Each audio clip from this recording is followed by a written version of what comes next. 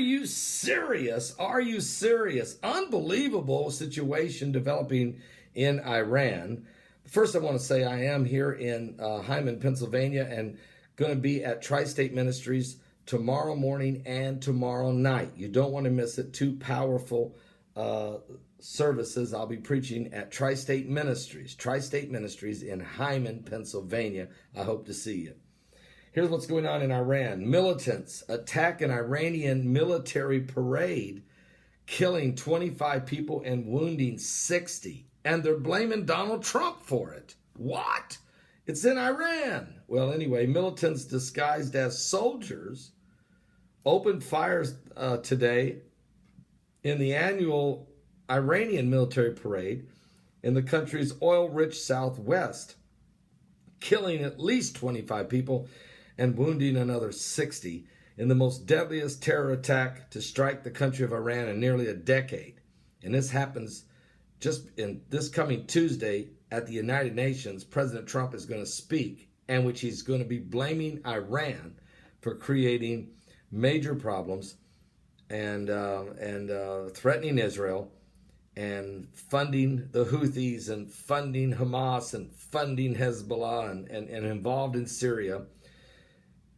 And then this happens 3 days before Trump's going to speak. That's kind of really weird. And they're blaming Trump. Well, women and children were scattered along with once marching Revolutionary Guard soldiers as heavy gunfire rang out at the parade.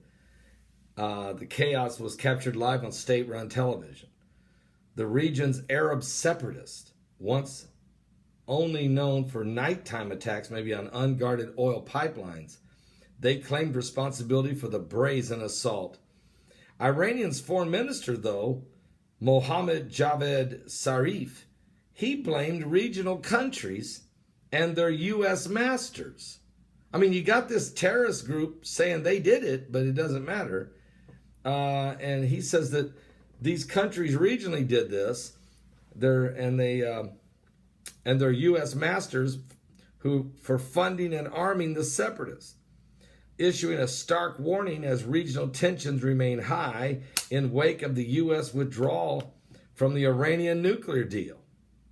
Iran will respond swiftly and decisively in defense of Iranian lives, said Zarif on his Twitter account. And the attack came as the rows of Revolutionary Guardsmen marched down the Havaz Quads, which is also known as Jerusalem Boulevard. You understand they hate Israel. They want to control Jerusalem. It was one of many around the country marking the start of Iran's long 1980s war with Iraq, commemorating known as the Sacred Defense Week. Journalists and onlookers turned to look toward the first shots. Then the rows of marchers broke as soldiers and civilians sought cover under the sustained gunfire. Iranian soldiers used their bodies at times to shield the civilians in the melee, with one guardsman in full dress uniform and sash carrying away a bloodied boy. "Oh God, go, go, go, lie down, one man screamed as a woman fled with her baby. In the aftermath, paramedics tended to the wounded as soldiers, some bloodied, helped their comrades to the ambulances. Video obtained by the Associated Press of the aftermath showed bodies of soldiers, some appearing lifeless, laying on the ground in pools of blood. One had a blanket covering him. A man was screaming in grief. The attack killed at least 25 people, wounding over 60, according to the state-run IRNA news agency. It said gunmen wore military uniforms and targeted a riser where military and police commanders were sitting. At least 8 of the dead served in the Revolutionary Guard, an elite paramilitary unit that answers only to the Iran's supreme leader, the Ayatollah Ali Khamenei. We suddenly realized that some armed people wearing fake military outfits started attacking the comrades from behind and then opened fire on women and children, an unnamed wounded soldier told state-run TV.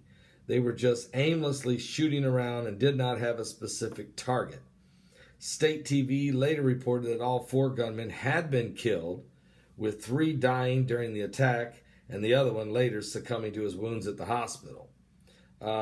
President Hassan Rouhani ordered Iran's intelligence ministry to immediately investigate the attack. The president stressed that the response of the Islamic Republic of Iran to the slightest threat would be harsh, but those who support the terrorists should be accountable.